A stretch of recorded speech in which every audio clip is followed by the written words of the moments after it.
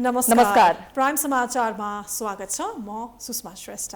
म संगीता कटवाल। सुरु गरौँ अहिलेसम्मका प्रमुख समाचारबाट। प्रतिनिधि सभा विघटनपछि आन्दोलित कांग्रेसद्वारा देशैभरका स्थानीय तहमा विरोध प्रदर्शन। संसद पुनर्स्थापना हुनुपर्नेमा अधिकांश नेताको जोड। भारत भ्रमण सम्बन्ध मजबुत बनाउन केन्द्रित भएको परराष्ट्र मन्त्री गेवालीको दावी। कोरोना विरुद्धको खोप आउने कूटनीतिक संवाद सकारात्मक भएको परराष्ट्रविदहरूको टिप्पणी। आफैले कुनै पनि न्यायाधीशलाई नभेटेको प्रधानमन्त्री ओलीको स्पष्टोक्ति। प्रचण्ड माधव समूहले मुलुकमा अराजकता निम्त्याएको आरोप। ओलीले विध्वंस मचाएको माधव नेपालको जवाब। संसद विघटन विरुद्धका रिटमाथि सर्वोच्चमा भोलिबाट मूल विषयमा बहस हुने। सदर वा बदर जे गरे पनि राजनीति असहज बन्ने चिन्ता। सर्वोच्चको निर्णय पर्खनु पर्नेमा नेम्बाङको जोड। कोरोनाले प्रभावित नेपालको अर्थतन्त्र अझै धेरै समयसम्म पुरानो अवस्थामा फर्किन नसक्ने संकेत। सरकारले तत्काल ठोस योजना ल्याउनुपर्ने विज्ञहरूको सुझाव। भारतमा आजदेखि सर्वसाधारणलाई कोरोना विरुद्धको खोप लगाउन सुरु। खोपको प्रभाव 14 दिनभित्र देखिने प्रधानमन्त्री मोदी उत्साहित। र पीएम कप एक दिवसीय पुरुष क्रिकेट प्रतियोगितामा विभागीय टिम एपीएफको विजय सुरुवात। 1 नम्बर प्रदेश 135 रनले पराजित।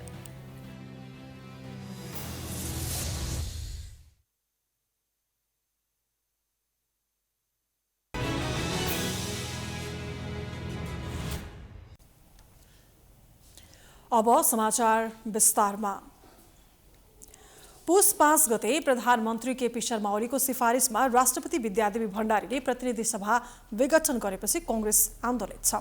आन्दोलनका कार्यक्रम अन्तर्गत आज 753वटा स्थानीय तहमा विरोध प्रदर्शन गरियो। कार्यक्रममा सहभागी शीर्ष नेताहरूले संसद विघटनको चर्को विरोध गरे। शनिबार देशभरका सबै स्थानीय तहमा विरोध प्रदर्शन गरेको छ। पूर्व निर्धारित कार्यक्रम अनुसार प्रतिनिधि सभा विघटन विरुद्ध कांग्रेसले देशभरका 753 स्थानीय तहमा शनिबार प्रदर्शन गरेको हो।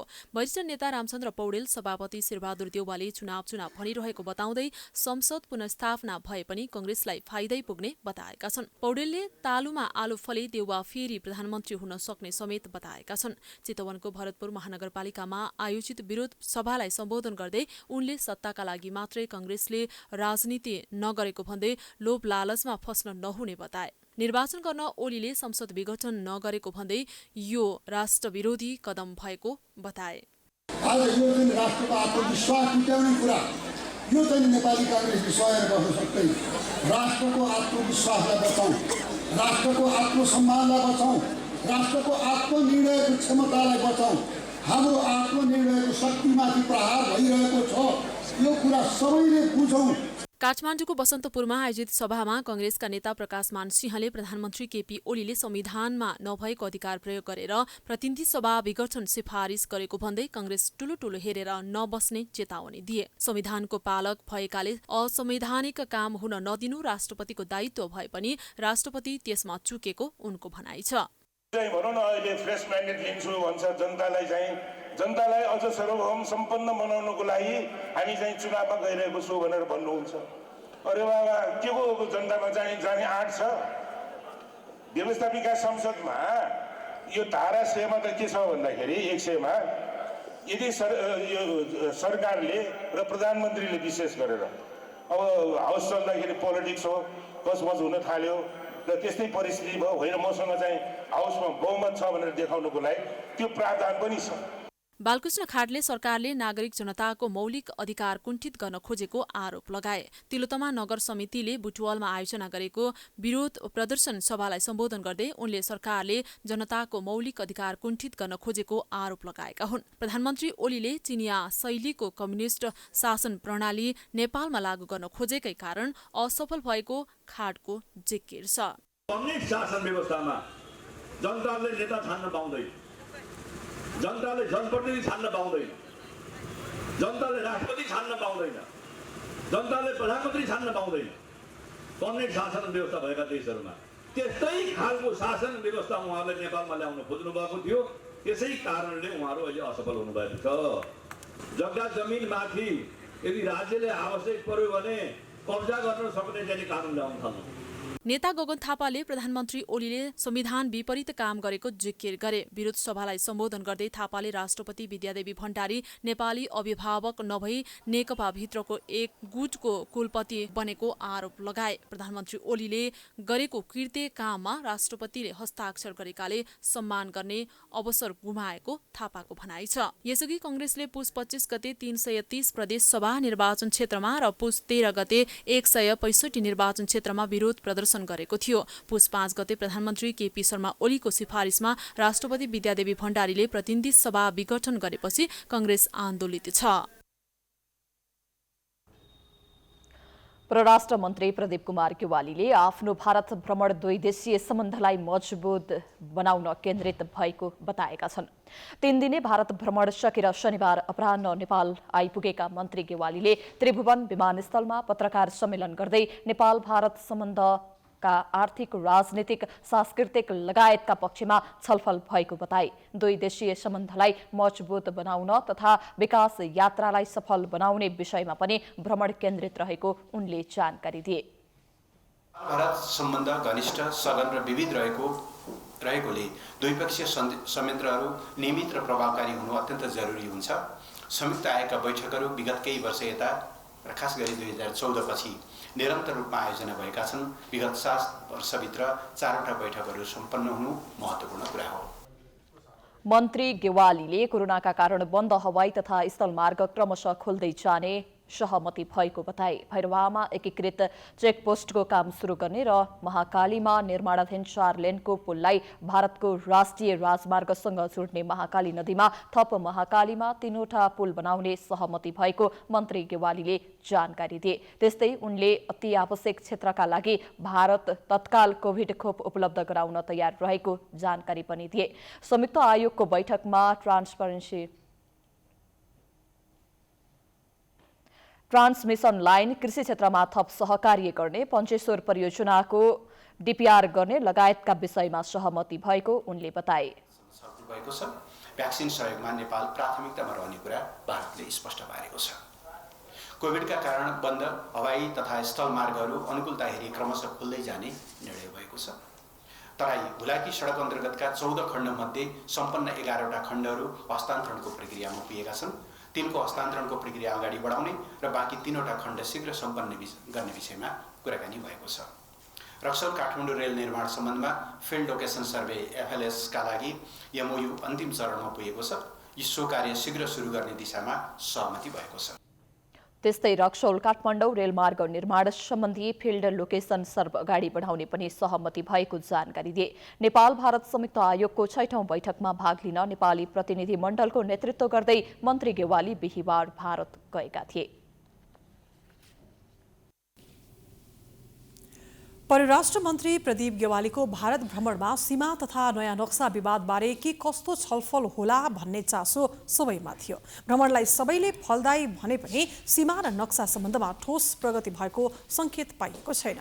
यद्यपि राजनीतिक र कूटनीतिक हिसाबले भ्रमणलाई अधिकांशले सकारात्मक रूपमा लिएका छन्। परराष्ट्र मन्त्री प्रदीप ग्यावालीको भारत भ्रमणले के हिसाबले उपलब्धि भयो भन्ने चर्चा र विश्लेषण भइरहेको छ। विशेष गरी सीमा समस्या तथा दुवै देशले जारी गरेको नयाँ नक्साले सृजित तिक्तता अन्त्य गर्न यो भ्रमण कति सफल भयो भन्ने विश्लेषण तत्कालका लागि मात्र नभई दीर्घकालीन रूपमा पनि आवश्यक छ। भारतका लागि राजदूत भएर अनुभव लिइसकेका नेपाली कांग्रेसका नेता दीप कुमार उपाध्यायले अहिलेको समय परराष्ट्र मन्त्रीको भारत भ्रमणका लागि उचित नै नभएको प्रतिक्रिया दिएका छन्। नेपालमा राजनीतिक अस्थिरता भएकाले भ्रमणको धेरै उपलब्धि अपेक्षा गर्न पनि नसकिने उपाध्यायको तर्क छ। दुई देश बीचको सम्बन्ध र समस्याबारे तयार पारिएको EPG प्रतिवेदनका विषयमा गम्भीरताका साथ छलफल नै हुन नसक्ने यसको उदाहरण भएको उनी बताउँछन्। नेपालमा जुन किसिमको राजनैतिक तरलता छ, खास गरेर प्रतिनिधि सभाको विघटन र सत्ताधारी पार्टीभित्रको विग्रह र राष्ट्रभित्रको चाहिँ जुन किसिमको अहिले अब यो मुद्दाहरू विचाराधीन छ, काम चलाउ सरकार छ, यो बेलामा अलिक उपयुक्त थिएन। त्यस्तै EPG को रिपोर्टको बारेमा छ। हामीले आशा गरेका थियौँ नेपाल र भारतको सम्बन्धमा सन् 1950 को सन्धि लगायत धेरै समस्याहरू छन्, त्यो बारेमा धेरै मेहनतका साथमा दुवै सरकारले पत्यार गरेका आफ्ना चाहिँ विशिष्ट व्यक्तिहरूको एउटा जुन सहमतिको दस्तावेज इपिजीको रिपोर्ट बनेको थियो त्यो अहिलेसम्म त्यसको बारेमा टुङ्गो लाग्न सकेन। अहिले पनि त्यो बारेमा चाहिँ चर्चा र त्यो ग्रहण गर्ने कुरा हुन सकेन। त्यसमा हामीलाई दुःख नै लागेको छ। यद्यपि नेपाल र भारत बीच मौलिक सम्बन्ध भएकोले यो भ्रमणलाई असफल नै भन्न नहुने उपाध्यायको तर्क छ। यसैगरी दुई देशबीच राजनीतिक र कूटनीतिक संवादको बाटो खुल्ला गरेको भन्दै उपाध्यायले सकारात्मक नतिजाको अपेक्षा गर्नुपर्ने बताएका छन्। नेपाली जनताको हितको लागि भारतले ध्यान दिनुपर्दछ, काम गर्नुपर्दछ। त्यसकारण मानवताको चाहिँ अब यो जुन अब कुरा छ, खोप लगाउने कुरा छ, त्यसमा भारत सरकारले उदारताका साथमा नेपाल असुरक्षित हुँदाखेरि भारत पनि सुरक्षित हुन सक्दैन। त्यसले गर्दाखेरि यो बारेमा चाहिँ हामी आशा गर्छौँ कि भारतले पूर्ण सहयोग गर्नेछ। उता अहिलेका राजदूत निलम्बर आचार्यले भने परराष्ट्र मन्त्रीको भ्रमण निकै फलदायी भएको दावी गरेका छन्। भारतको नयाँ दिल्लीमा पत्रकार ऋषि धमलासँग कुरा गर्दै आचार्यले पछिल्लो 1 वर्षमा जारी तिक्ततापूर्ण सम्बन्ध सुधारका लागि यो भ्रमण सफल भएको आचार्य बताउँछन्। बृहत चाहिने समग्र चाहिने हाम्रो सहयोग सम्बन्धको स्थितिलाई समीक्षा गरेर निर्णय गर्यो हो कि त्यसै पनि त्यो महत्त्वपूर्ण छ नि त। हाम्रो सम्बन्धलाई अरू अगाडि बढाउने उपायहरू सोच्यो। बाँकी रहेका कामहरूलाई अगाडि बढाउने भन्ने भयो। केही थाँती रहेका विषयहरूलाई कसरी समाधान गर्ने, फेरि कुरा गर्ने, के उपाय गर्ने भन्ने ती थाँती रहेका विषयहरूमा ध्यान केन्द्रित गर्यो। नेपाल भारत प्रबुद्ध समूहले 2018मा तयार पारेको प्रतिवेदन भारत सरकारले अझै बुझ्न मानेको छैन। एपीजी प्रतिवेदनका केही बुदामा असहमत जनाएका भारतका प्रधानमन्त्री नरेन्द्र मोदीले त्यसलाई बुझ्न नमानेको कतिपयको अनुमान छ। तर एपीजीको समूहमा रहेका भारतका सदस्य महेन्द्र पी लामाले यस पटकको भ्रमणपछि उक्त प्रतिवेदन भारत सरकारले स्वीकार गर्ने विश्वास लिएका छन्। देशमा स्थितिहरू धेरै तलमाथि भयो। अरू पनि प्रधानमन्त्रीको प्रायोरिटी नरेन्द्र मोदीले इपिजीको प्रतिवेदन बुझ्नु मलाई लाग्छ यो लिने नै हुन्छ। कहाँबाट कहाँ स्थिति पुगिसक्यो होइन। अब त मलाई लाग्छ अब त्यो कुरोहरू छिटोभन्दा छिटो त्यसको समाधान आउँछ। यसपटकको परराष्ट्र मन्त्री ग्यावालीको भ्रमणलाई भारतले दिएको उच्च प्राथमिकताले दुवै देशका सरकार सम्बन्ध सुधारमा प्रतिबद्ध छन् भन्ने देखाएको छ। यति मात्र नभई केपी ओली स्वयं सरकारमा अल्पमतमा परेपछि संसद विघटन गरेको विषयलाई पनि भारतले स्वीकार गरेको देखिन्छ। संसद विघटनपछि काम चलाउ बनेको सरकारका मन्त्रीलाई भारतले आतिथ्यता गर्नुलाई पनि धेरैले सकारात्मक रूपमा लिएका छन्। प्राइम टाइम्स टेलिभिजनको लागि रितासमा मुखिया, काठमाडौँ। संसद विघटनपछि विभाजित नेकपाको दुई समूहले दिनहुँ जसो गुटगत कार्यक्रम गरिरहेका छन्। कार्यक्रममा दुवै पक्षले आफ्ना कार्यकर्ता भेला गरेर अर्को पक्षको कमी कमजोरी छरपष्ट पार्ने गरेका छन्। संसद विघटनपछि एकपछि अर्को आरोप खेपेका प्रधानमन्त्री केपी ओलीले आज त्यस्ता आरोपको खण्डन गरेका छन्। खेपिरहनु परेको छ। असंवैधानिक बाटोबाट संसद विघटन गरेको आरोपसँगै अरू विभिन्न आरोप लाग्ने गरेको छ। सर्वोच्च अदालतदेखि निर्वाचन आयोगसम्म आफ्नो कब्जामा राखेर संविधान विपरीतका काम गरेको आरोप उनलाई लाग्ने गरेको छ। संसद विघटन सम्बन्धी मुद्दा सर्वोच्च अदालतमा विचाराधीन अवस्थामा रहेकै बेला त्यही मुद्दा हेरिरहेका न्यायाधीशहरूसँग समेत भेटेर प्रभावमा पार्न खोजेको आरोप पनि लागेको छ। तर यो आरोपको उनले खण्डन गरेका छन्। ओलीले आफूले अहिलेसम्म संसद विघटनको मुद्दामा रहेका कुनै पनि न्यायाधीशहरूलाई नभेटेको दावी पनि गरेका छन्। त्यति मात्रै होइन, अहिलेसम्म नै न्यायाधीश नभेटेको र नचिनेको समेत दावी गरे। पुरानै संसद पुनर्स्थापना हुनुपर्छ भनेर अदालत जानुभएछ। उहाँहरूसँग कुनै तर्क रहन्छ, कुनै तर्क छैन। झुट, बेइमानी, फरेबीको सहारा लिएर उहाँहरू त्यहाँ बोल्न जानुहुन्छ। फलानु फलानु फलानु फलानु फलानु न्यायाधीश प्रधानमन्त्री कहाँ भेट्न गए, यति बजेदेखि यति बजेसम्म। यो भन्दा झुट, यो भन्दा बढी ठुलो बेइमानी के हुन्छ? प्रधानमन्त्री ओलीले आफूलाई मान्छे हँसाउने जोकर भन्दै नेताहरूले दिएको अभिव्यक्तिमाथि टिप्पणी गरेका छन्। प्रदेश नम्बर 1 का कार्यकर्ता भेलामा प्रधानमन्त्रीले आफूले राम्रो काम गरेर जनतालाई खुसी पार्दा किन जोकर भन्दै प्रश्न गरे। केपी ओली मान्छे हँसाउँछ, मान्छे हँसाएर हिँड्छ, अनि के म मान्छे मार्दै विधवा बनाउँदै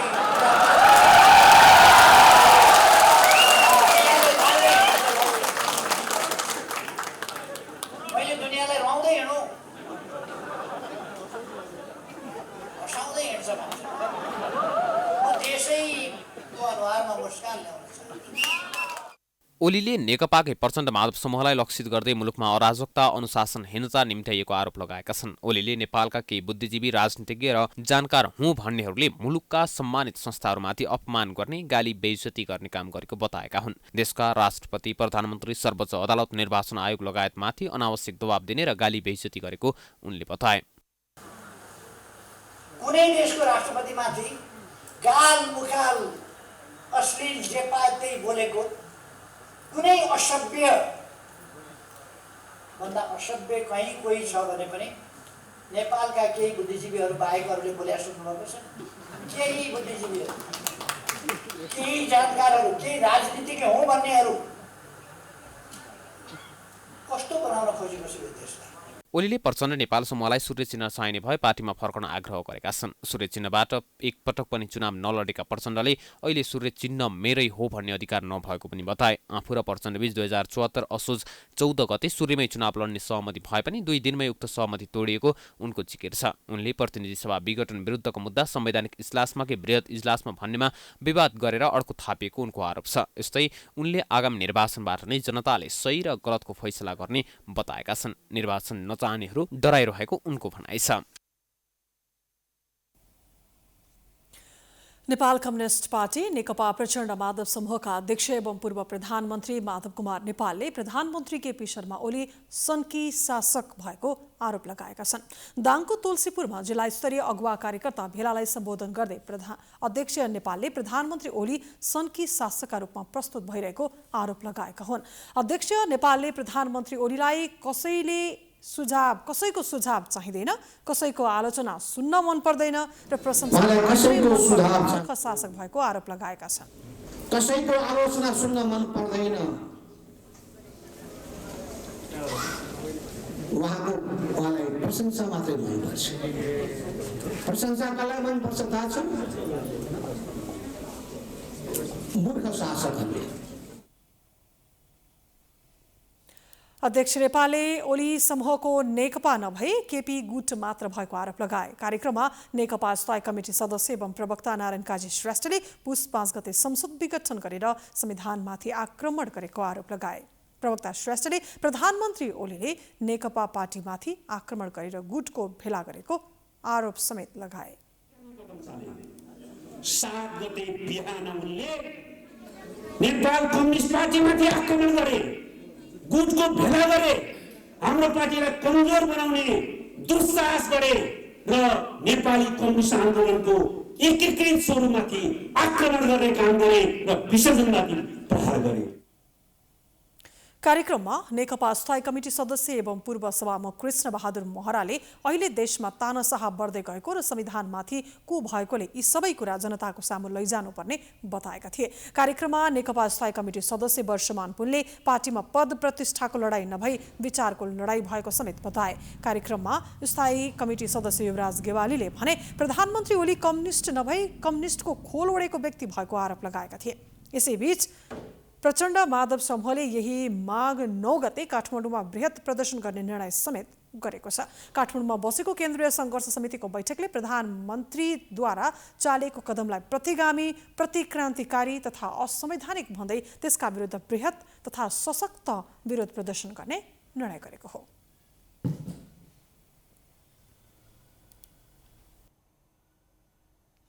नेपालमा शनिबार थप 240 जनामा कोरोना पुष्टि भएको छ। यो सँगै नेपालमा कोरोना संक्रमितको संख्या 2,67,056 पुगेको छ। त्यस्तै कोरोनाका कारण थप 6 जनाको मृत्यु भएको छ भने हालसम्म नेपालमा कोरोना संक्रमितको संख्या 1,954 पुगेको छ। त्यस्तै थप 477 जना कोरोना मुक्त हुँदा हालसम्म 2,61,044 जना संक्रमण मुक्त भएका छन्। नेपालमा हाल 4,058 जना आइसोलेसनमा छन् भने 231 जना क्वारेन्टिनमा छन्। नेपालमा हालसम्म 20,08,944 वटा पीसीआर परीक्षण गरिएको छ।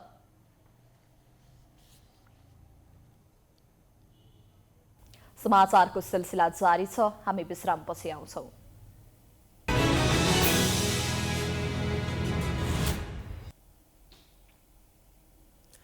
विश्रामपछि स्वागत छ। अब बाँकी समाचार।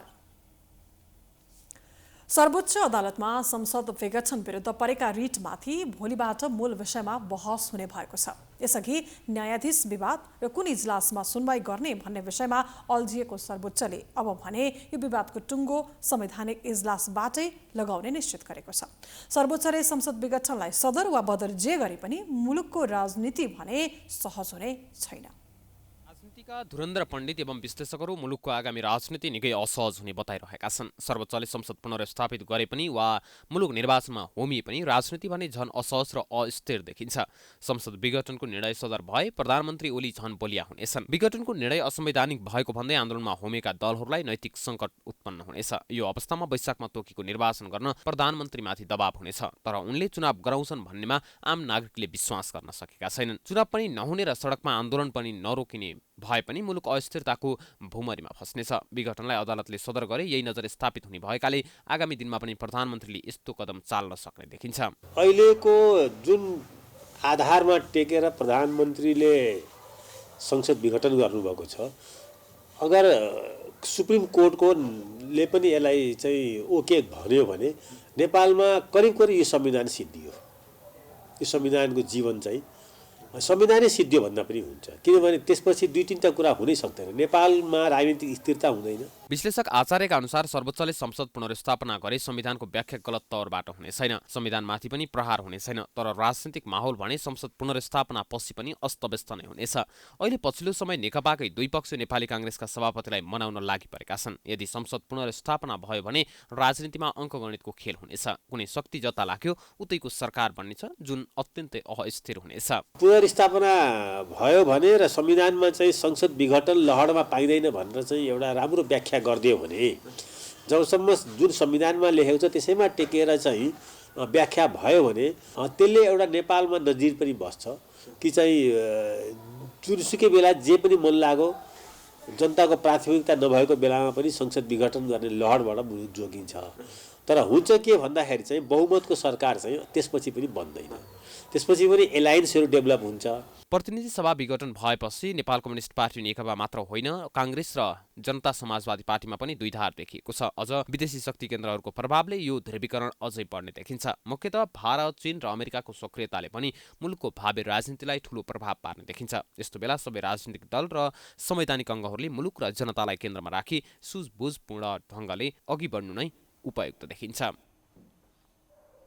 संसद विघटनको बारेमा प्रतिक्रिया धेरैले सुन्न चाहेको पात्र हुन् सुभाष नेवाङ, किनकि उनी संविधान जारी हुँदा संविधान सभाका अध्यक्ष थिए। उनी कानुनका विद्यार्थी समेत हुन्। त्यसैले संविधानमा भएको व्यवस्थाबारे उनको प्रतिक्रिया महत्त्वपूर्ण हुन्छ। तर आफ्नै गुटका नेता तथा प्रधानमन्त्री केपी ओलीको कदमको विरोध गर्न नसकेर नेवाङले मुख खोल्न नसकेको आरोप लाग्ने गरेको छ। तर आज भने उनै नेवाङले मुख खोलेका छन्।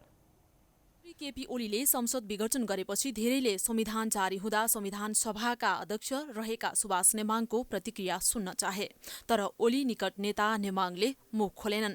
तर प्रधानमन्त्रीलाई संसद विघटनको अधिकार नभएको भनेर बोलेको उनको पुरानो भिडियो भाइरल भयो। सबैले नेवाङले त्यसबेला सही कुरा बोलेको, तर अहिले ओलीले संसद विघटन गर्दा गुटगत स्वार्थका लागि नबोलेको आरोप लगाए। किनकि पुरानो भिडियोमा नेवाङले रिस उठ्यो भन्दैमा प्रधानमन्त्रीले संसद भङ्ग गर्ने व्यवस्था हटाएको भनेका छन्। हामीले त्यसलाई हटायौँ।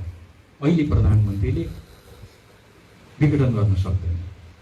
संविधानमा हामीले त्यो व्यवस्थै राखेनौँ। अनि हामीले संविधानमा त अलिकति अगाडि भएमा बाहेक संविधानमा त हामीले बजेट जस्तै यो दिनमा निर्वाचन गर्ने भनेर राख्नु खोजेका थियौँ। नेवाङको यो भिडियो 2076 साल साउनको हो। त्यसबेला नेवाङले पत्रकारहरूलाई प्रशिक्षण दिँदै अहिलेको संविधानले प्रधानमन्त्रीलाई संसद विघटनको अधिकार नदिएको बुझ्न र सोही अनुसार समाचार लेख्न भनेका थिए। अहिले संविधान विपरीत संसद विघटन गरेको भन्ने कुरामा नेवाङ सहमत भए पनि उनै ओली गुटमा रहेर राजनीति गरेकाले अहिले बोल्न नसकेको धेरैले टिप्पणी गरेका छन्। शनिबार भने नेवाङले मुख खोले। नेकपाको ओली समूहको प्रदेश एक स्तरीय कार्यकर्ता भेलालाई सम्बोधन गर्दै नेवाङले संसद विघटनबारे प्रधानमन्त्री ओलीले जे भने पनि त्यसको निर्णय सर्वोच्च अदालतले गर्ने बताए। अदालतमा विचाराधीन मुद्दा भएकाले अहिले आफू थप केही नबोल्ने उनले बताए। प्रधानमन्त्री केपी ओलीले संसद विघटनको सिफारिस गर्नुभयो। राष्ट्रपतिले विघटनको घोषणा गर्नुभयो। अनि प्रश्न उठ्यो, सर्वोच्च अदालतको यो विचाराधीन छ, त्यसैले यसको धेरै कुराहरू म गर्न चाहन्न। नेमाङले घुमाउरो कुरा गरेर संसद विघटन गरेर चुनावमा जान बाध्य भएको बताए। तर प्रधानमन्त्री ओलीले गरेको संसद विघटन संविधान अनुसार नै हो भन्न सकेनन्। बरु संसद विघटन सम्बन्धमा सर्वोच्चमा परेको मुद्दा प्रक्रियामा ढिला गराउन खोजिएको भन्दै असन्तुष्टि व्यक्त गरे। संवैधानिक इजलास र बृहत इजलास भनेर संसद विघटनको विरोध गर्ने पक्षले नै अड्काएर ढिलो गराएको नेमाङको आरोप छ। एकातिर साथीहरू केही पनि नगर भन्नुहुन्छ, अर्कोतिर यो सरकारले किन काम गर्यो पनि भन्नुहुन्छ। निर्वाचन आयोगले आचार संहिता घोषणा गरिसक्दा त सायद उहाँहरूले भन्न पाउनुहुन्थ्यो। अब आचार संहिता घोषणा भयो, यो सरकारले केही पनि गर्न पाउँदैन भन्न पाउनुहुन्थ्यो होला। आफै निर्वाचन आयोगलाई गएर केही पनि काम नगर भन्नुहुन्छ, फेरि यो काम चलाउ सरकार किन यो काम गरेको पनि भन्नुहुन्छ। त्यसैले किन साथीहरू अलिक कन्फ्युज जस्तो। नेमाङले संविधानको धारा 77मा प्रधानमन्त्री रिक्त हुने अवस्थाका बारेमा व्याख्या गर्दै सरकार काम चलाउ नभएको तर्क गरेका छन्। धारा 77को 3मा पद रिक्त भएमा मात्र प्रधानमन्त्री काम चलाउ हुने भन्दै नेमाङले अहिलेको सरकार काम चलाउ नभएको दावी गरे। नेमाङले सरकारले घोषणा गरेको चुनाव कसैले पनि रोक्न नसक्ने बताएका छन्। ओलीको पक्षमा हुने गरी सबै कुरामा धारणा राखेका नेमाङले संसद विघटन संवैधानिक कि असंवैधानिक भनेर चाहिँ धारणा राख्न सकेनन्।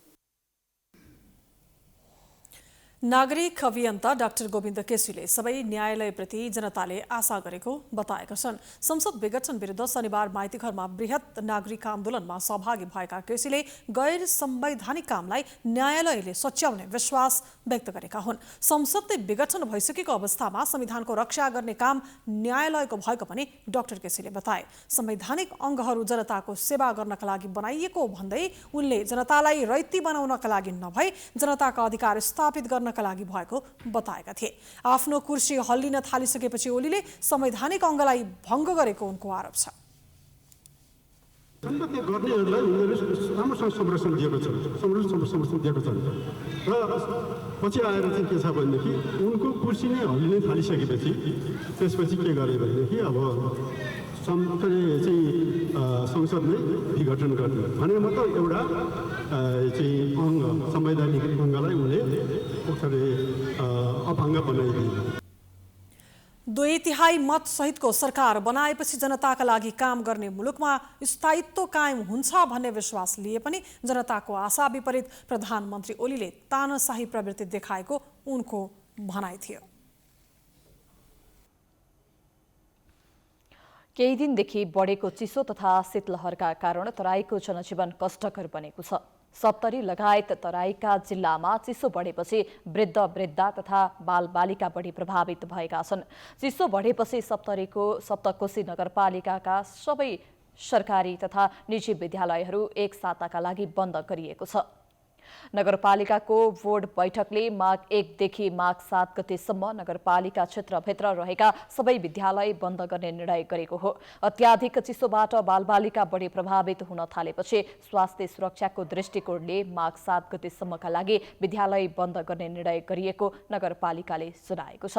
चिसोबाट बच्नका लागि सप्तरीका विभिन्न क्षेत्रमा वन तथा विभिन्न स्थानीय तहले दाउरा वितरण गर्न थालेका छन्। चिसोबाट बढी प्रभावित हुने गरिब असहाय तथा विपन्न परिवारलाई लक्षित गरी डिभिजन वन कार्यालय तथा तिलाठी कोइलाडी गाउँपालिकाले दाउरा वितरण सुरु गरेका हुन्। नगर क्षेत्रका साथै ग्रामीण क्षेत्रका चौक सार्वजनिक स्थानमा आवागमन गर्ने बटुवा तथा विपन्न बस्तीमा बसोबास गर्ने मानिसहरूलाई लक्षित गरी दाउरा वितरण सुरु गरिएको डिभिजन वन कार्यालय सप्तरीले जनाएको छ।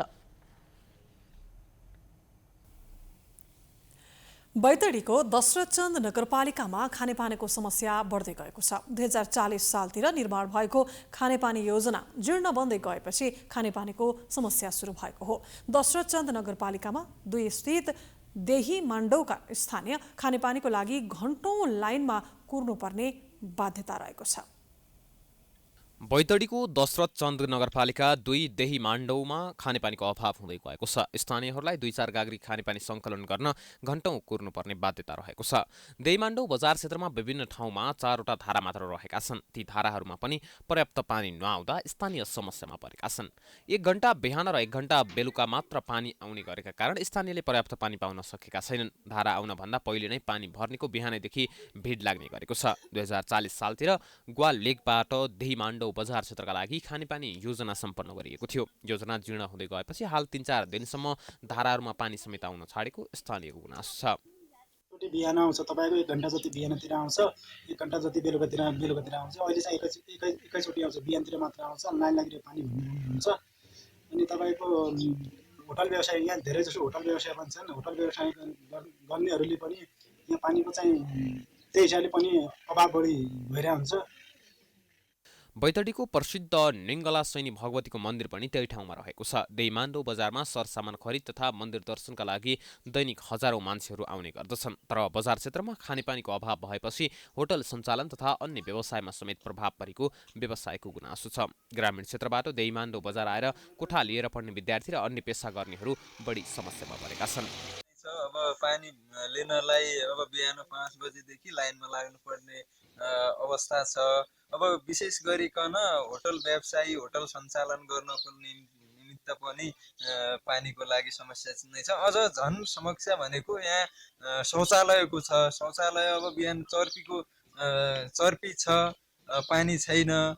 यो कारणले पनि वातावरणमा पनि समस्या नै पुगाएको छ। यो पानीको कारणले पानीको समस्या बढ्दै गएपछि सुदूरपश्चिम प्रदेश सरकार भौतिक पूर्वाधार विकास मन्त्रालयको लगानीमा बहुवर्षीय योजना अन्तर्गत कुमालीगाड लिफ्टिङ खानेपानी योजनाको काम भइरहेको छ। योजना सम्पन्न भएमा देहीमाण्डौवासीको प्यास मेटिने अपेक्षा गरिएको छ। खानेपानी योजनाको काम 2-3 महिनाभित्रै सम्पन्न हुने खानेपानी उपभोक्ता समितिले जनाएको छ। फागुनसम्म यहाँ उनीहरूले पनि हामी पानी पुगाउँछौँ र यो प्रदेश सरकारको लगानीमा निर्माण भइरहेको हो यो समितिको मातहतमा। तर जुनसुकै हालले पनि हामी लागि परेका छौँ कि माघ फागुनसम्म यहाँ पानी पुर्याउने। तल सडी खानामा एउटा टङ्की बनिसकेपछि त्यहाँबाट फेरि यहाँ फाल्छौँ। 2 पाइप त्यहाँसम्म पुगिसक्यो। कुमालीगाड लिफ्टिङ खानेपानी योजना बहुप्रतीक्षित रूपमा हेरिएको छ। योजनाको 60% काम सम्पन्न भएको उपभोक्ता समितिको दाबी छ। कुमालीगाड लिफ्टिङ खानेपानी योजनाले देहीमाण्डौ बजार क्षेत्र लगायत आसपासका अन्य गाउँहरूमा समेत पानीको सुविधा पुग्ने देखिन्छ। टाइम टाइम्स टेलिभिजनका लागि बैतडीबाट जनक साउदको रिपोर्ट। स्थानीय सरकारको अनुमतिमा निजी विद्यालयले अनलाइन लगायत भर्चुअल कक्षाको शुल्क उठाउने व्यवस्था भएको थियो। तर काठमाडौँ उपत्यकाका कतिपय निजी विद्यालयले त्यसको पालना गरेनन्, जसले गर्दा विद्यालय र अभिभावक पक्षबीच विवाद देखिन थालेको छ। महानगरपालिकाको शिक्षा विभागले विद्यालयलाई 4 वर्गमा वर्गीकरण गरी 2076 सालमा शुल्क निर्धारण तोकेको थियो। तर उक्त शुल्क निर्धारणले यस वर्ष काम गरेन, किनकि कोरोना महामारीका कारण प्रभावित पठन पाठनको शुल्क पनि फरक नै गर्नुपर्ने अवस्था छ। यस वर्ष अधिकांश समय पढाइ नै भएन। पढाइ भए पनि भर्चुअल माध्यमबाट भयो। भर्चुअल तथा अनलाइन माध्यमबाट पढाइको शुल्क के का आधारमा लिने भन्ने विवाद कायमै छ। यस सम्बन्धमा काठमाडौँ महानगरपालिकाले कुनै निर्णय गर्न सकेको छैन। शुल्कबारे टुङ्गो नलाग्दा काठमाडौँ उपत्यकाका केही विद्यालयहरूले मनपरी तरिकाले शुल्क लिने गरेका छन्। काठमाडौँको विशालनगरमा रहेको मल्पी सिटी विद्यालयले लकडाउनदेखि नै अघिल्लो वर्षभन्दा शुल्क 20% वृद्धि गरी अभिभावकलाई रकम भुक्तानीको लागि ताकेता गर्दै आएको छ। सो ताकेतापछि शुल्क भुक्तानीको लागि विद्यालय पक्ष र अभिभावक बीच विवाद बढेको छ। विद्यालयले तोकेको शुल्कको 50% घटाउनु पर्ने माग अभिभावकहरूले गरेका छन्। विवाद समाधानका लागि विद्यालय पक्ष तयार नभएको अभिभावकहरूको गुनासो छ। उठाएको अभिभावकहरूको बच्चाको भावनालाई लिएर अभिभावकमाथि खेलवाड गरेर प्रेसर गरेर सम्झौता बिना आफ्नो मन खुसी चाहिँ कसरी हुन्छ लादेर चाहिँ प्यारेन्ट्ससँग उठाउन सकिन्छ, जुक्ति निकालेर उठाएको शुल्कको यो शुल्कले जसरी चाहिँ यो कोभिड-19ले गर्दाखेरि अभिभावकहरूमाथि चाहिँ समस्या परेको छ, त्यो समस्यामा चाहिँ समस्याले गर्दाखेरि स्कुलले चाहिँ जबरजस्ती लकडाउनको पिरियडको पनि शुल्क उठाएको भएको हुनाले यसको विरोधमा चाहिँ हो। यो ट्युसन फीको हो होइन, उहाँले चाहिँ अब पहिलेको सालभन्दा अहिले 20% बढाएको छ। अहिले यस्तो कोभिडको महामारीको बेलामा 20% बढाउनु त नैतिकताले दिँदैन। त्यसमा पनि फेरि हामीले चाहिँ अब छुट दिनुपर्ने अवस्था हो। अहिले त झन् प्यारेन्ट्सहरूको चाहिँ विभिन्न प्रब्लमहरू छन् होइन, सबैको प्रब्लमै हो। यो छुट दिने कुरा कता हो, कता झन् 20% इन्क्रिमेन्ट गरेर उहाँले बिल पठाउनु भएको छ। अनि यसमा हामीले चाहिँ डिस्काउन्ट चाहियो भन्दाखेरि उहाँले फेरि त्यसमा 20% फेरि डिस्काउन्ट दिए भनेर उहाँले अडिक भएर बसिराख्नु भएको छ। अनि उहाँले प्यारेन्ट्सको कुरा सुन्नु भएन।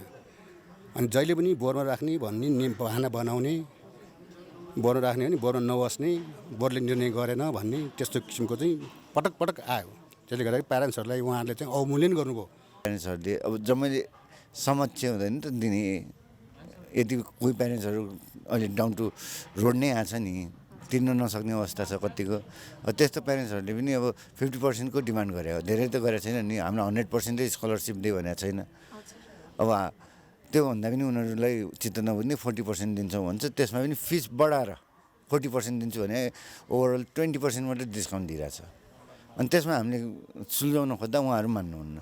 शुल्क धेरै लिन खोजेको आरोप लागेको मल्पीसिटी विद्यालयकी प्रधानाध्यापक अनिता मल्लले भने अभिभावकले नै सहमतिमा आउन नचाहेको बताएकी छिन्। उनले अभिभावकलाई सन्तुष्ट हुने गरी सहमति गर्न आफूहरू तयार रहेको दावी गरेकी छन्। चाहिँ नि धेरै नै डिडक्सन गरिसकेको छौँ, त्यो शुल्क चाहिँ नि तिर्दिनुहोस् होइन, जसलाई गाह्रो भएको छ बरु हामीलाई लिखितमा दिनुहोस्, हामी कसरी हुन्छ बिस्तारै तिर्दै जानुहोस् भन्ने हामीले त्यो के अरे भनाइबाट अघि बढिरहेको छौँ। तर उहाँहरूले चाहिँ नि होइन हामीलाई यति पर्सेन्टै घटाउनुपर्छ, उति पर्सेन्टै घटाउनुपर्छ भन्नुहुन्छ। हामीले चाहिँ नि ट्युसन फीमा मात्रै 40% घटाएको छौँ अहिले होइन, अरू कुनै पनि शुल्क लिएको छैन। अभिभावक महासंघका उपाध्यक्ष सुभाष भण्डारीले भने सरकारले शुल्कका सम्बन्धमा ठोस निर्णय नगरिदिँदा यस्तो समस्या आएको बताएका छन्। सरकारकै निरीहताले निजी विद्यालयहरूले अभिभावक ठग्ने गरी शुल्क उठाएको भण्डारी बताउँछन्। विद्यालयको पनि एउटा होला बाध्यात्मक परिस्थितिहरू होला हैन, उहाँहरूको पनि आफ्नै बाध्यात्मक परिस्थितिको पाटोहरू छ। तर अहिले धेरै जसो अवस्थाहरू के देखियो भने यो जबरजस्ती नै देखियो क्या, जुन असल उपर गर्नै पर्छ, जुन अब पढाएको नाममा एउटा भर्चुअल क्लास जुन क्लास सञ्चालन गरेको नाममा चाहिँ जुन भौतिक रूपमा कुनै पनि विद्यालय सञ्चालन पनि हुन सकेको छैन। त्यही पनि एउटा प्रेसर गरेर नै चाहिँ एउटा शुल्क उठाउनु पर्छ भन्ने मानसिकताले पनि उहाँले काम गरिरहनु भएको छ। एउटा बाध्यात्मक परिस्थिति पनि होला। कोभिड-19 को समयमा अनलाइन कक्षाको शुल्क लिन रोक लगाएको शिक्षा मन्त्रालयले वैकल्पिक माध्यमबाट गरिने पठन पाठनलाई शैक्षिक सत्रको मान्यता दिँदै असोज 1 गतेदेखि लागू हुने गरी विद्यार्थी सिकाइ सहजीकरण निर्देशिका जारी गरेपछि विद्यालयले शुल्क लिने बाटो खुलेको हो। तर के कति लिने, के मापदण्डका आधारमा लिने भन्ने विषयमा स्थानीय निकाय वा सरकारले पहल कदमी नलिँदा समस्या देखिएको छ। समाचारको सिलसिला जारी छ, हामी विश्रामपछि आउँछौं।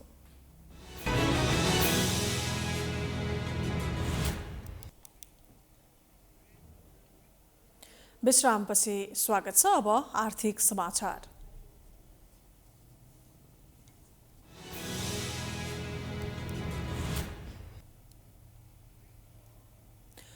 कोरोनाले प्रभावित नेपालको अर्थतन्त्र अझै धेरै समयसम्म पुरानो अवस्थामा फर्किन नसक्ने देखिएको छ। अहिले 4% मात्र उद्योग व्यवसाय पूर्ण सञ्चालनमा छन्।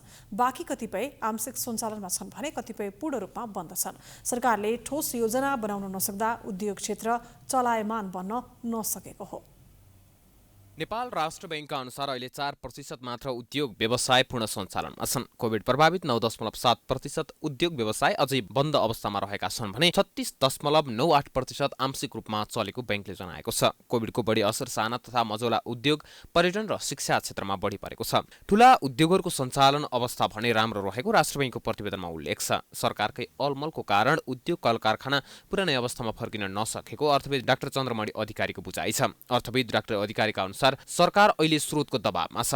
अर्कोतर्फ आफ्नो भएको स्रोतको व्यवस्थापन राम्रो गर्न पनि सकिरहेको छैन। स्रोत परिचालन गर्ने सन्दर्भमा सरकारको तयारी नै नपुगेकाले सरकार अहिले अत्तालिएको अवस्थामा छ।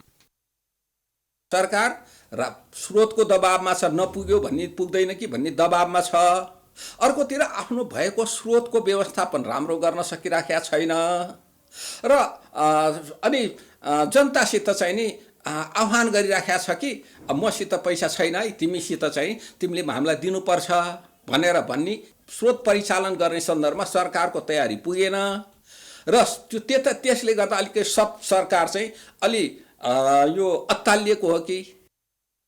खानी तथा उत्खनन, विद्युत, ग्यास, पानी, होटल, रेस्टुरेन्ट, रियल इस्टेट, पर्यटन सम्बन्ध व्यवसाय, घरेलु, शिक्षा, साना र मझौला उद्योग तथा शिक्षा क्षेत्रमा कोभिड असर बाँकी रहेको अध्ययनले देखाएको छ। विद्युत, ग्यास तथा पानी क्षेत्रका 33% भन्दा धेरै उद्योग बन्द रहेका छन्। कुल 11.36% व्यवसाय पूर्ण सञ्चालनमा आउँदा शिक्षाका 59.9% क्षेत्र आंशिक सञ्चालनको अवस्थामा छन्। रियल इस्टेट, भाडा तथा व्यवसाय क्रियाकलापतर्फ 25% व्यवसाय अझै बन्द रहेको छ। 23.76% होटल तथा रेस्टुरेन्ट खुल्न सकेका छैनन्। कोभिडका कारण थोक तथा खुद्रा व्यापार क्षेत्रका 3.39% व्यवसाय अझै बन्द छन्। 50 करोड भन्दा बढी लगानीका 75% हाराहारी उद्योग व्यवसाय सञ्चालनमा छन्। लघु उद्यम पनि 51.55% सञ्चालनमा छन्। 15 करोडदेखि 50 करोडसम्म स्थिर पुँजी भएको 48.98% मझौला उद्योग पूर्ण सञ्चालनमा आएको बैंकले जनाएको छ। यस क्षेत्रको 38.78% उद्योग व्यवसाय आंशिक सञ्चालनमा छन् भने बाँकी 12.24% अझै बन्द रहेका छन्। प्राइम टाइम्स टेलिभिजनका लागि रोशन कार्कीको रिपोर्ट। अब अन्तर्राष्ट्रिय समाचार।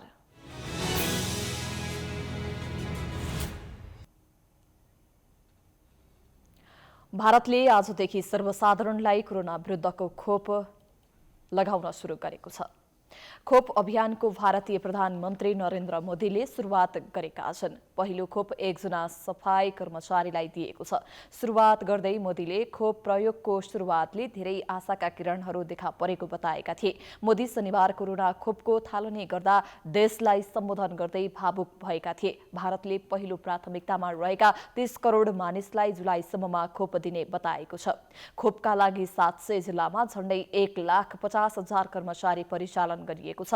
भारतको राष्ट्रिय खोप इन्स्टिच्युटका प्रमुख सत्यजित राठले बालबालिकालाई खोप लगाउनुभन्दा कोरोना विरुद्धको खोप लगाउनु निकै जटिल र चुनौतीपूर्ण रहेकाले सावधानीपूर्वक तयारी गरेको बताए। भारतले प्रयोगमा ल्याउन लागेको खोपमा अस्ट्राजेनेकाले भारतीय कम्पनी सेरम इन्स्टिच्युटसँग मिलेर तयार पारेको कोभिसिल्ड र भारत बायोटेकले विकास गरेको कोभ्याक्सिन रहेको छ। अभियानका लागि भारत सरकारले 1 करोड 10 लाख डोज कोभिसिल्ड र 55 लाख डोज कोभ्याक्सिन खरिद गरेको छ। भारतमा अहिलेसम्म 1 करोड 5 लाख 42 हजार भन्दा धेरैमा कोरोना संक्रमण पुष्टि भएकोमा 1,52,094 जनाको ज्यान गइसकेको छ। भारत बायोटेकको कोभ्याक्सिनले दोस्रो चरणको परीक्षण पूरा गरेको छ। अहिले भारतभरका 25वटा केन्द्रमा तेस्रो चरणको परीक्षण चलिरहेको छ।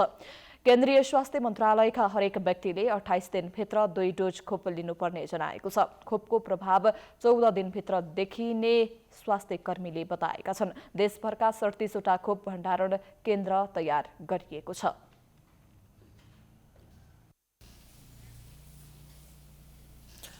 अब खेलकुद समाचार।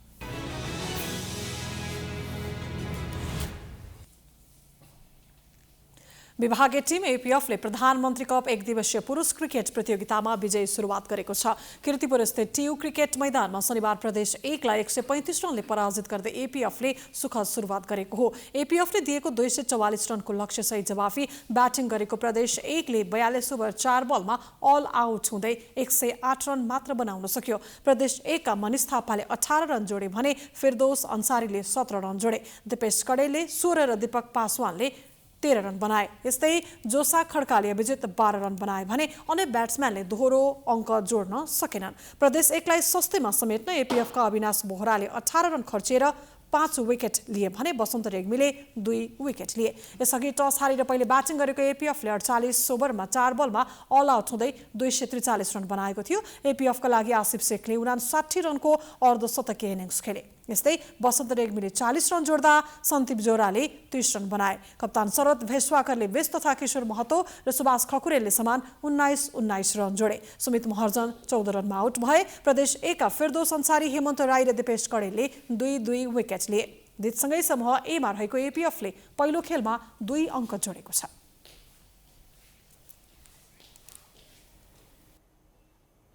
नेपाली राष्ट्रिय क्रिकेट टिमका कप्तान ज्ञानेन्द्र मल्ल बागमती प्रदेश खेलकुद विकास परिषदको बोर्ड सदस्यमा नियुक्त भएका छन्।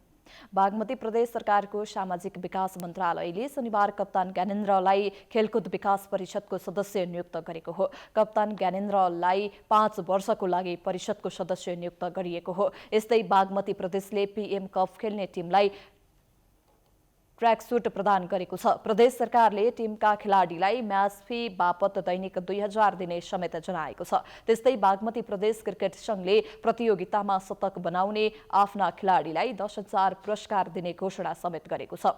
त्यसबाहेक अर्धशतक हान्ने खेलाडी र 5 विकेट लिने खेलाडीलाई 5,000 दिने संघले जनाएको छ। हरेक खेलमा 3 विकेट लिनेलाई भने 3,000 दिइनेछ।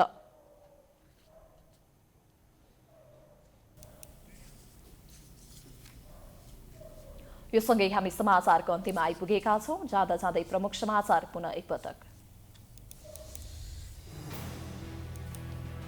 प्रतिनिधि सभा विघटनपछि आन्दोलित कांग्रेसद्वारा देशैभरका स्थानीय तहमा विरोध प्रदर्शन। संसद पुनर्स्थापना हुनुपर्नेमा अधिकांश नेताको जोड। राष्ट्रपतिको भूमिकाप्रति पनि असन्तुष्टि। भारत भ्रमण सम्बन्ध मजबुत बनाउन केन्द्रित भएको परराष्ट्र मन्त्री गेवालीको दावी। कोरोना विरुद्धको खोप आउने कूटनीतिक संवाद सकारात्मक भएको परराष्ट्रविदहरूको टिप्पणी। आफूले कुनै पनि न्यायाधीशलाई नभेटेको प्रधानमन्त्री ओलीको स्पष्टोक्ति। प्रचण्ड माधव समूहले मुलुकमा अराजकता निम्त्याएको आरोप। ओलीले विध्वंस मचाएको माधव नेपालको जवाब। संसद विघटन विरुद्धका रिटमाथि सर्वोच्चमा भोलिबाट मूल विषयमा बहस हुने। सदर वा बदर जे गरे पनि राजनीति असहज बन्ने चिन्ता। सर्वोच्चको निर्णय पर्खनुपर्नेमा नेम्बाङको जोड।